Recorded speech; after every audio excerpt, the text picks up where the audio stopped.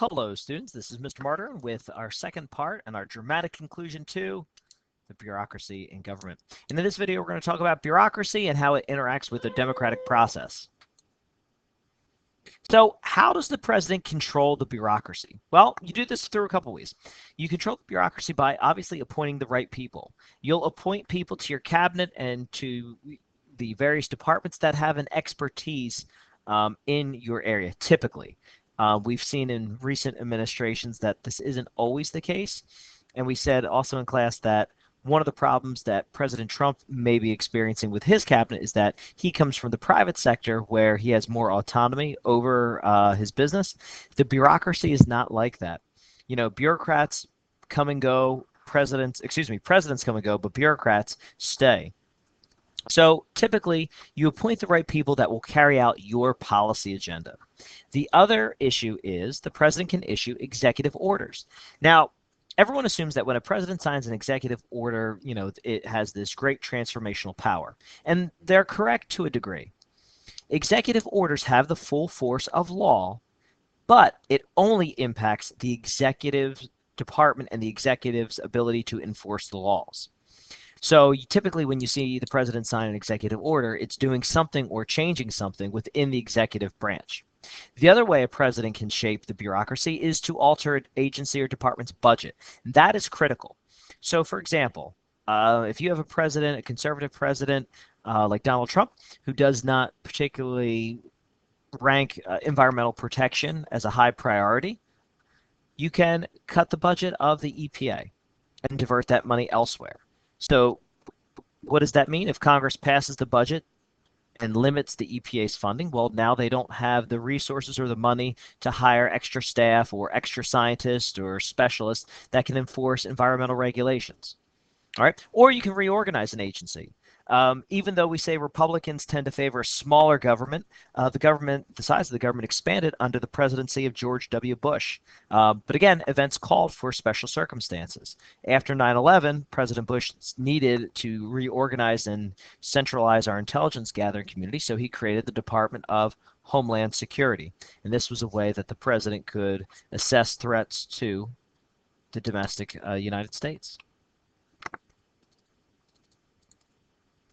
So how does Congress try to control the bureaucracy? And again, this is important. I'm sure you may see this on an FRQ at some point. So again, Congress tries to control the bureaucracy. They have influence over who gets appointed. Remember, the Senate, Article 1, gives the Senate the ability to confirm presidential nominees. So if they don't like someone or a presidential appointee, and not that they don't like someone, but if they feel that person is ill-equipped to run a department, they can vote down that person in committee or on the Senate floor. That's part of their oversight process. It's part of the checks and balances. They also can alter an agency's budget. For example, President Trump, in his proposed 2017 budget, called for massive cuts to the Department of Environmental Protection. The Senate, however, disagreed and amended that, and in fact gave the EPA, I believe, $2 million more than what the president was asking for. The Congress can, as we know, rewrite legislation or make it more detailed. So perhaps you want to give a department or agency greater authority. Perhaps Congress will write a law and the president will sign a law expanding the scope and power of certain department agencies. All right. Don't forget about the lovely iron triangles. They are important. Okay, we looked at iron triangles from the perspective of a lobbyist trying to get influence. Remember, iron triangles, you are mutually dependent on Congress, the bureaucracy, and the interest groups. Interest groups try to wield power. They try to promote their policy agenda. And we said they'll try and lobby Congress to ease the regulations. And what will Congress do? Maybe they'll pass or recommend that the different agencies and executive departments ease up those regulations. So again, going back to what we talked about in that earlier chapter, the idea of interest groups having influence over the congressional committees, the congressional committees having influence over the bureaucracy in terms of approving their budget requests and also lobbying different members of Congress. So that idea of the iron triangle really hasn't gone anywhere. It's still there. So again, this example is, I think, the big tobacco industry. So we said that big tobacco has lobbying firms. They're going to lobby Congress and the subcommittees, in particular in the House and Senate. They're going to be giving those committee members donations and support. In exchange, there is legislation that is favorable to the tobacco industry. In exchange, they're going to increase budget requests for the Division of Tobacco, the Department of Agriculture. All right. And therefore, the bureaucracy here will give favorable rulings to tobacco farmers.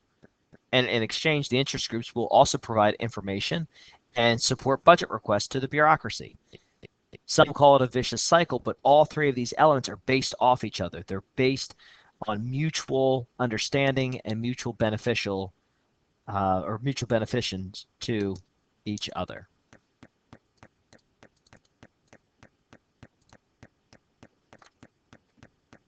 So, in terms of bureaucracy and the scope of government, some argue that the size of the federal government is out of control, even though within the past 20 years we've seen the bureaucracy either level off in size or actually shrink. Some agencies don't have enough resources to do what they're expected to do. So sometimes you'll hear people say, well, how come this agency hasn't done X, Y, or Z? Well, probably because the federal government, the Congress, hasn't given them enough money to achieve that result. Lots of times policies are initiated, but as we said, unless you have the money to support that policy and carry out that policy, the bureaucracy really can't act on it.